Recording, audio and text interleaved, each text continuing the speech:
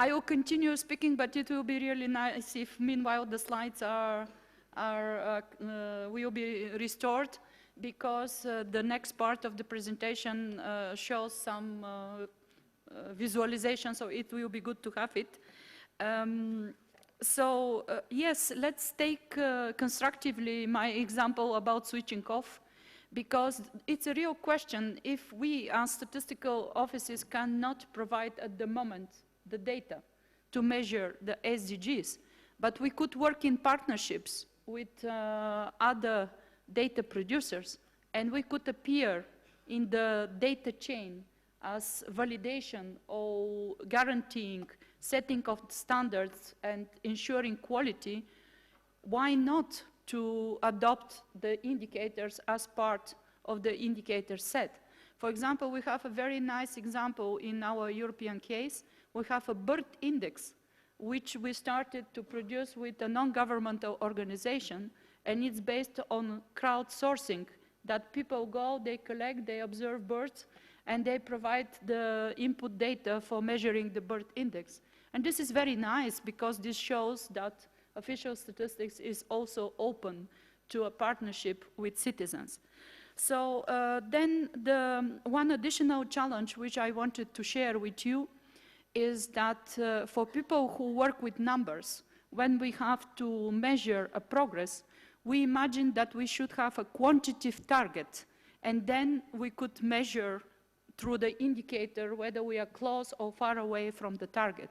And the challenge with SDGs is that not all of them have quantitative targets. They are defined in nice, beautiful words, and everybody could aspire to these goals. But the question is how we could translate these aspirations into something what is measurable, something what is a quantitative target. Like today, there was a very clear message in the introductory session by the Indian government that you want to double the income of farmers by 2023, if I remember correctly. So this is a concrete quantitative goal which makes the life of statisticians easier. But this is not always the case. And for example, in European Union case, we didn't have targets for all the goals. And then what we were able to measure as statisticians using the indicators is to show the direction, to show the trend. We are moving in a positive direction closer to, yes, where there is a positive trend or there is a moderate trend, but we cannot measure the progress in terms of distance because we don't have a quantitative target. So then the slides are not yet there, so you have just to imagine what I'm going to tell you. There are very many beautiful things, but the easiest thing is that you go to the Eurostat website to see the dedicated page on sustainable development goals.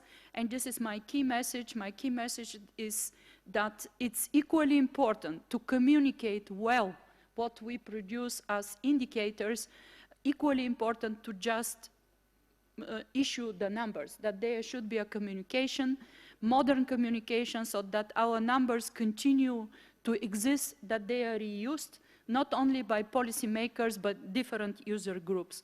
Therefore, it is essential that you have a one-stop, and this is already a tendency. Somebody mentioned today the SDG platforms where all the information could be found.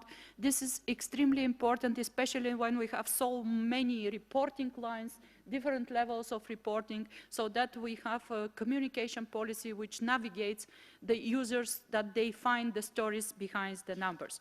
So the beautiful slides which you have to imagine, they just indicate what we have done in terms of communication and what turns to be, has turned to be very efficient.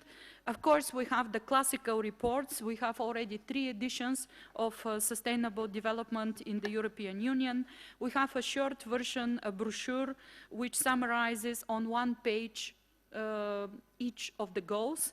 Then, and there was on the slide, you could see what is the situation of agriculture. Then what is extremely important, that we put a lot of effort on communicating statistical data on SDGs for citizens in a modern way, in a simple way. So we have developed special dedicated digital publications, interactive publications, where you have the opportunity to go to select the indicator, select the country, select the time period, and then automatically some graphs and visualizations appear, and then could extract them and use in their further, in your further work. Another important aspect nowadays is to be present as a statistical office on social media.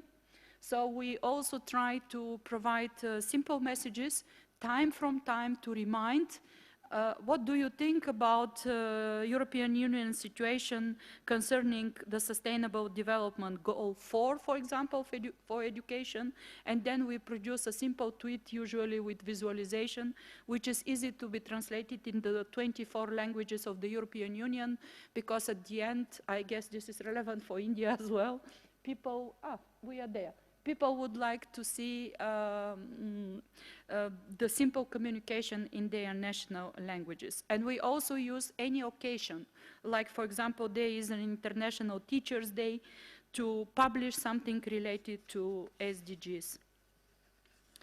And then you could find, this is a summary for the Goal 2 from the Eurostat report, where you could find in words, but also in symbols, you could see very easily the indicators and then the trends, upward, downwards, and some key messages.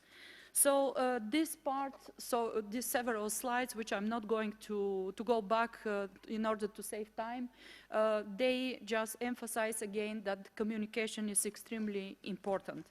Then the next few slides, they just summarize lessons learned, something what we could share or we could contribute to the questions already posed by Pietro. So which are the key factors for success of SDG monitoring? It's very important that we are ready to adjust our indicator set or to enrich it. As I said, we started with the existing set of indicators, but also we have a long way to go to enrich the data set, and then mainly to provide compositions for different social groups and at regional level. It's very important that we put the quality of indicators at the front of the discussions, because statistics sometimes is blamed on being conservative, but it's also an advantage to be a conservative sometimes, because you could see the trends and the tendency. It's very important not to be afraid to tap new data sources and embrace new technologies, to embark on new partnerships, like partnerships with non-governmental institutions and private sector. It's very important to keep being proactive in methodological development. We have in our statistical jargon the so-called Tier 3 indicators. These are the indicators which does not exist. We do not measure them globally. Communication as well, but also the policy dialogue, the dialogue with policymakers in the process of developing the indicator set and its communication. Then the next slide is on capacity development. Let me say here there are a number of points, it's a summary of Eurostat actions. Let me, in that field, let me say that, to underline that sustainable development goals are universal. They are not for developed or for developing countries, they are for everybody. And we, as official statistics, have common challenges. Therefore, when I use the word capacity development, this refers to everybody. And that's why partnership is a key word for success to meet these challenges. That's why we very happily join FAO and the local organizations and other organizers and other international organizations to support events like this, because there is nothing more successful than bring experts together and providing them opportunity to learn from each other and to find common solutions.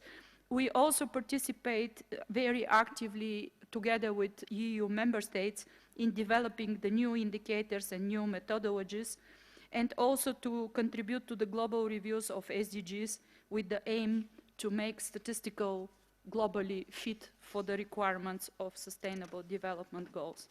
And finally, to balance the first presentation, which was a little bit in some moment, Pietro was sober and unhappy, I think that it's a positive development overall to